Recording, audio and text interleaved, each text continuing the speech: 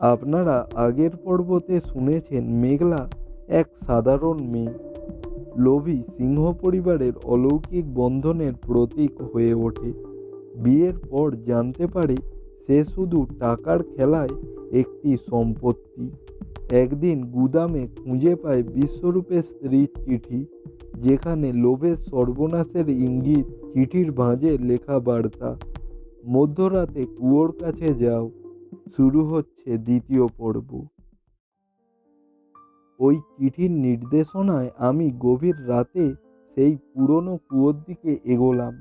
বাড়ির পেছনে সেই অংশে খুব একটা কেউ আসতো না। ঝোপঝাড়ে ঢাকা পুরনো কুয়োটিকে অনেক দিন ধরে পরিত্যক্ত মনে হলেও সেখানে পৌঁছানোর পর আমার মনে হলো এই কুয়ো অনেক বেশি রহস্য লুকিয়ে রেখেছে। আমি কুয়োর পাশে পৌঁছে চারপাশটা খুঁটিয়ে দেখতে লাগলাম। রাতের অন্ধকারে চারিদিক নিস্তব্ধ। হঠাৎ আমার চোখে পড়ল কুয়োর প্রাচীন ইটের মাঝে একটি ক্ষুদ্র ফাটল। সেখানে গুঁজে রাখা ছিল একটি পুরনো রেজিস্টার, আর রেজিস্টারটি খুলতেই চোখে পড়ল কিছু পুরনো নথি। সেখানে লেখা ছিল সিংহ পরিবারের বিভিন্ন সম্পত্তির হিসাব, কিন্তু এর মাঝে একটি পৃষ্ঠায় লেখা কিছু কথায় আমি স্তম্ভিত হয়ে গেলাম। এই বাড়িতে যারা নতুন আসে তারা কখনো ফিরতে পারে না। এই পরিবারের নিয়মে যে একবার পা রাখে তার জীবন শুধুই লোভের বলি হয়ে যায়। এই লাইন পড়ে আমার গায়ে কাঁটা দিয়ে উঠল। এর অর্থ কি? বাড়ি ফিরে আসার পর সারা রাত ঘুম হলো না। সকালবেলা রেজিস্টারের পৃষ্ঠাগুলো ভালোভাবে পড়ার সময় আরও কিছু তথ্য বেরিয়ে এলো। সিংহ পরিবারে এর আগে আরও দুজন মেয়েকে বিয়ে করানো হয়েছিল, কিন্তু তাদের কোনো খোঁজ নেই। তারা কোথায় গেল কেউ জানে না। আমার মনে সন্দেহ জন্মালো, এই বাড়িতে নিশ্চয়ই এমন কিছু আছে যা সবার চোখের আড়ালে। এর পরের দিন বাড়ির ছোট ছেলে অনিশ আমার কাছে এসে ফিসফিস করে বলল, মেঘলা, আমি জানি তুমি খুব সমস্যার মধ্যে আছো, কিন্তু আমি তোমাকে সাহায্য করতে চাই। আমি বললাম, তুমি যদি সত্যি সাহায্য করতে চাও তবে বলো, এই বাড়ির পুরনো ইতিহাস কি? আগের বউরা কোথায় গেছে? অনিশ কিছুক্ষণ চুপ থেকে বলল, তুমি যা বলছো তা নিয়ে আমারও সন্দেহ আছে।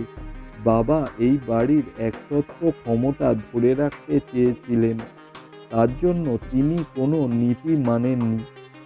আগের দুই বউ, শিলা আর কল্পনা, কোথায় গেল সেটা আমাদের পাঁচ ভাইয়ের কাউকেই জানানো হয়নি। শুধু বাবা আর বড় ভাই রাজীব জানে। অনিশের এই কথায় আমার সন্দেহ আরো দৃঢ় হলো। আমি স্থির করলাম আমাকে আরো গভীরভাবে অনুসন্ধান করতে হবে। সেই রাতেই যখন সবাই ঘুমাচ্ছিল, আমি সিংহ পরিবারের বিশাল গ্রন্থাগারে গিয়ে পুরনো নথিপত্র দেখতে শুরু করলাম। আর সেখানে পেলাম কিছু পুরনো ছবি, যেখানে আগের দুই বউকে দেখা যাচ্ছে, তাদের মুখের ম্লান হাসি।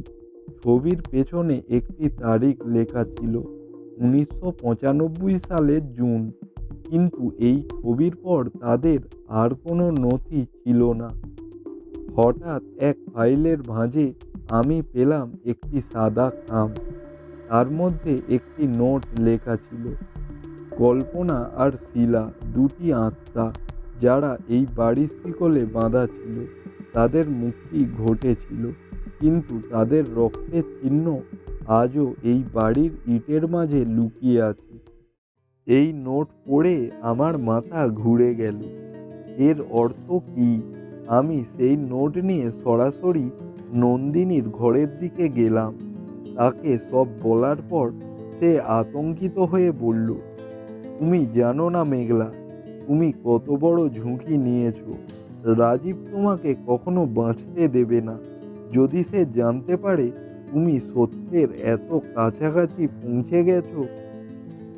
আমি বললাম, আমাকে যেভাবেই হোক এই রহস্য খুঁজে বের করতে হবে। আমি এখান থেকে মুক্তি পেতে চাই।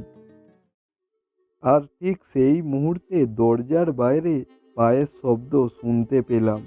দরজা খুলতেই দেখা গেল রাজীব দাঁড়িয়ে আছে, তার চোখে ভয়ঙ্কর রাগ। আরে, তুমি এখানে কি করছো? রাজীব চিৎকার করে উঠল।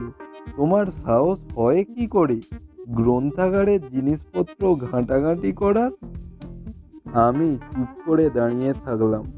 রাজীব হঠাৎ নন্দিনীর দিকে তাকিয়ে বলল, তুমি কি ওর সঙ্গে জড়িত? তোমাদের দুজনকেই শাস্তি পেতে হবে। এরপর রাজীব আমাকে তার ঘরে নিয়ে গেল। দরজা বন্ধ করে সে বলল, তুমি যদি এই বাড়িতে থাকতে চাও তবে নিজেকে সঠিকভাবে মানিয়ে নিতে শিখতে হবে। তুমি যা জানছো তা এই বাড়ির ক্ষতি করবে, তাই তোমাকে থামাতে হবে। আমি নির্লজ্জ সাহসে বললাম, আমি যা জানি তা সত্য, আর সত্যের মুখে কাউকে আটকানো যায় না। এদিকে রাজীবের চোখে আতঙ্ক দেখা গেল। সে বলল, তুমি কিছুই জানো না। সত্য যদি বেরিয়ে আসে তাহলে শুধু এই বাড়ি নয়, আমাদের পুরো পরিবার ধ্বংস হয়ে যাবে। আর ঠিক তখনই বিক্রম ঘরে ঢুকে বলল, রাজীব, তুমি থামবে? আমাদের এই মেয়েকে থামাতে হবে। আমি বুঝতে পারলাম সিংহ পরিবারের ভিতরে একটি গভীর ষড়যন্ত্র চলছে, কিন্তু এর শেষ কোথায় এটা জানতে আমাকে আরো সামনে এগোতে হবে। এই পর্ব আমরা এখানেই শেষ করছি। আশা করছি গল্পের এই পর্বটি আপনাদের ভালো লেগেছে। যদি ভালো লাগে অবশ্যই একটা লাইক করবেন, সাথে আমাদের চ্যানেলটাকে অবশ্যই সাবস্ক্রাইব করবেন। আজকের ভিডিও আমরা এখানেই শেষ করছি। Tata, bye bye.